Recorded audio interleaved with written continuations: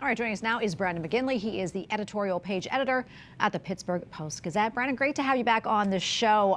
This big debate takes place tonight at the National Constitution Center in Philly. But even before today, the candidates have already spent quite some time in Pennsylvania. In fact, Vice President Harris, I guess she spent about 5 days or so in Pittsburgh prepping for the debate, making some pit stops at local businesses and meeting with voters. So, Brandon, why did the vice president spend so much time in Pittsburgh, and how much does that area matter when it comes to winning the Keystone State? Yeah, I mean, I think Pennsylvania is in almost every analysis the tipping point state, the state that is most likely to be the one that determines who wins the White House. And while we know that Philadelphia is the biggest part of the state and the areas around Philadelphia are extremely important, Pittsburgh and its surroundings taken together are probably the swingiest part of the state, where you're most likely to find those voters who are on the fence in large numbers. It's also the part of the state where Donald Trump has made significant inroads since 2016. And so, parking Kamala here for nearly a week kept her certainly top of mind for voters here for a while. Yeah, Brandon, what are the issues that matter the most to Pittsburghers?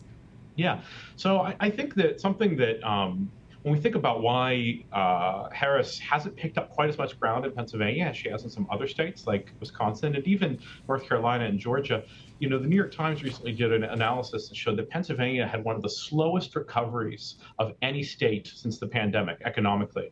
And Pittsburgh has had, within Pennsylvania, particularly slow recovery. So I think there's a sense of anxiety here, a sense that we are being left behind, a sense that the state hasn't caught up.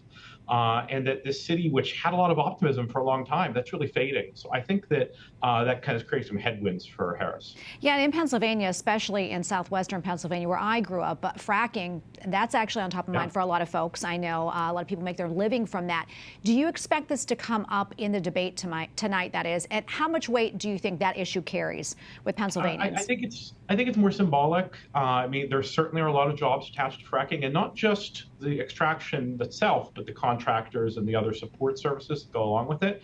But I think you'll hear a lot about fracking because the national media and the national kind of political analysts think that Pennsylvanians really care about it, and we do more than other states. But I think that it's a lot more about the broader message about the economy, and fracking stands in for that as a sense of who sees Pennsylvania and the Pennsylvania economy as being central to their policy package. Yeah, what are you hoping to hear from them, and also see from the candidates?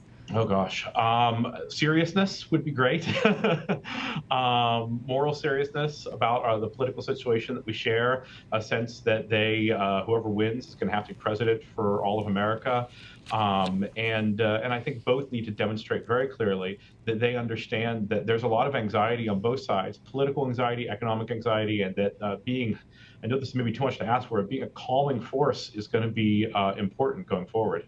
Brad, let me ask you this really quick, almost out of time, but we know the polls right now have Trump and Harris basically neck and neck. But what do you hear, polls aside, what are you hearing kind of, on the ground there in Pittsburgh? Who's maybe resonating the most with Pennsylvanians? It's a good question. I live within the city. I spend a good deal of time in the suburbs, a swingy part of the suburbs that's flipped between Democrats and Republicans in recent years. It's hard to say based on just what you see driving around. But I've been surprised by the extent of the visible support for Trump and the lack of visible support for Harris. This could change on a dime, but right now I feel like what I'm seeing reminds me more of 2016 than 2020. All right, we're going to leave it right there, Brandon. Great to have you on. Thanks so much for weighing in. God bless. Yes, thank you.